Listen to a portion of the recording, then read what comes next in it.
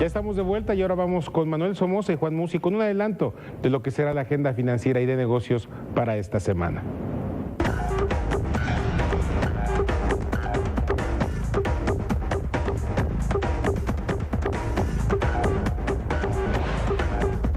Muy buenas noches, bienvenidos a Mercados en Perspectiva, aquí como todos los domingos en la noche. Juan Musi. Juan, muy buenas noches. ¿Cómo estás, Manuel? Muy buenas noches. Muy bien, muchas gracias. Y su servidor Manuel Somoza para platicar de lo más relevante en el entorno financiero y económico nacional y mundial.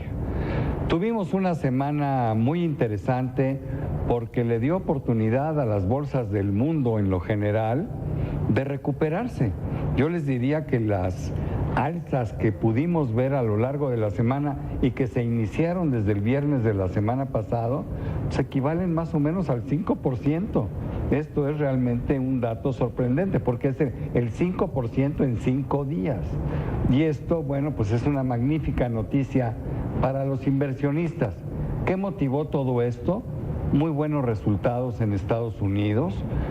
Subió la producción manufacturera, también el ánimo del consumo es mejor. Aquí quisiera decir, la baja en el precio del petróleo está alentando el consumo en Estados Unidos, pues porque gastan demasiado en gasolina y en la medida en que ha bajado en los últimos 3 meses, esto les da más ingreso disponible para el consumo común y corriente y Estados Unidos es una economía de consumo.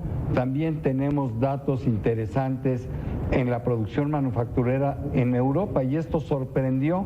Esa noticia es magnífica porque aleja a Europa de la posibilidad de una recesión, que fueron las malas noticias que afectaron a los mercados hace 2 y 3 semanas. O sea que en general todo esto fue bastante bueno.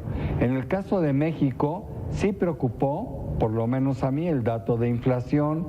La primera quincena del mes de octubre estuvo en 0.50. Con esto la inflación de octubre a octubre, del 13 al 14, nos lleva al 4.32%. La mayor parte de los analistas coinciden en que debe de bajar en noviembre y diciembre y finalmente vamos a terminar con una inflación enero-diciembre del 4%. Y la estimada para el año entrante, la mayor parte de los estudiosos la fijan en 3.6%, o sea que eso es una buena noticia. El petróleo se mantuvo estable, no tuvo bajas importantes adicionales, sin embargo la mezcla mexicana sí está por debajo de lo que se fijó para fines presupuestales. Un cálculo que se puede hacer de cuánto vale la mezcla mexicana son $10 menos de lo que vale el petróleo Brent, que es el más caro, que es el del Mar del Norte.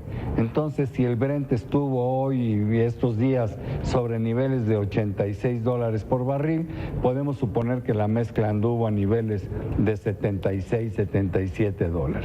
Así las cosas, el tipo de cambio se mantuvo más o menos arribita de los 13.50 y yo aquí quisiera decir que nuestra expectativa de tipo de cambio ha cambiado un poco.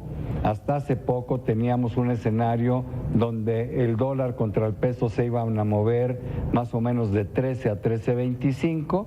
Bueno, pues yo creo que ahora la tenemos que cambiar de 13.25 a 13.50 por 2 razones. La fortaleza del dólar y también el tema del petróleo. El tema del petróleo nos pega como país porque no somos una industria petrolera, sin embargo, el gobierno recibe ingresos que significan el 33% del presupuesto anual.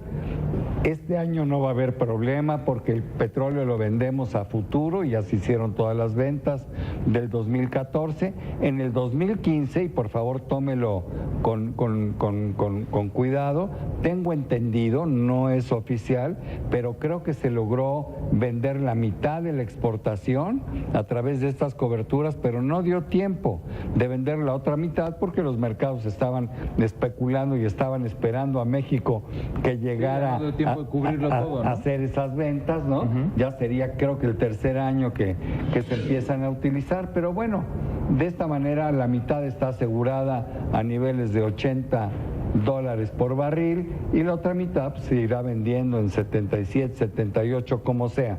No creo que el daño en el 2015 sea verdaderamente importante. Ojalá y en el Congreso se estuviera empezando a trabajar, y la Secretaría de Hacienda, el Gobierno Federal, en un plan B por si el precio del petróleo se mantiene muy bajo durante un periodo más largo de tiempo o cae abajo de lo que son las predicciones.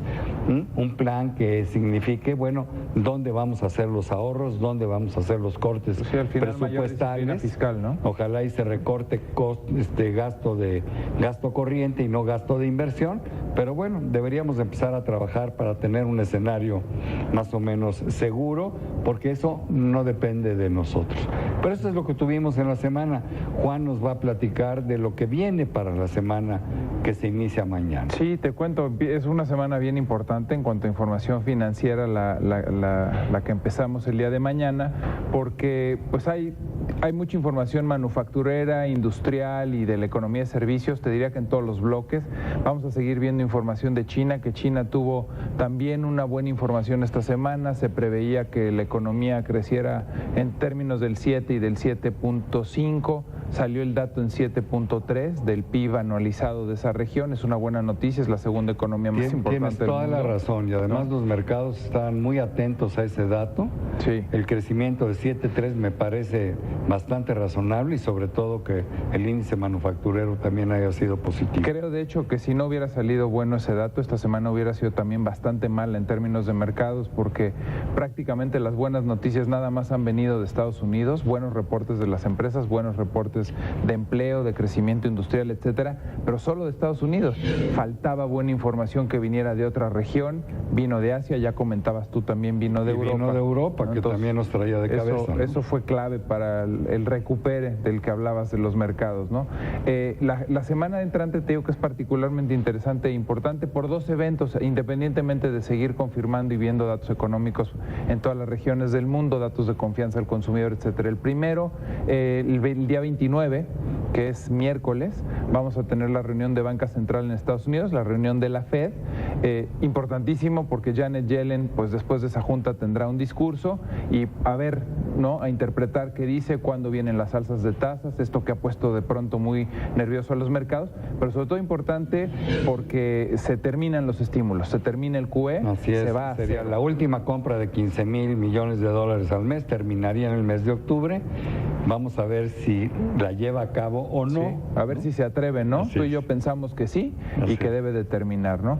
Y también Banca Central Mexicana, el Banco de México el viernes, Junta de Política Monetaria. No pensamos que haya cambio en la política monetaria, pero sí, como tú hablabas, la inflación está por encima de la meta oficial, está en 4.32, pues a poner atención qué nos tiene que decir el banquero central con respecto a una inflación que se ha salido de la meta. Pues una semana interesante, nos despedimos. Gracias, Juan Musi. Como siempre, un Muchísimas placer. gracias a todos ustedes por estar aquí, como siempre, en domingo en Mercados en Perspectiva. Muchas gracias.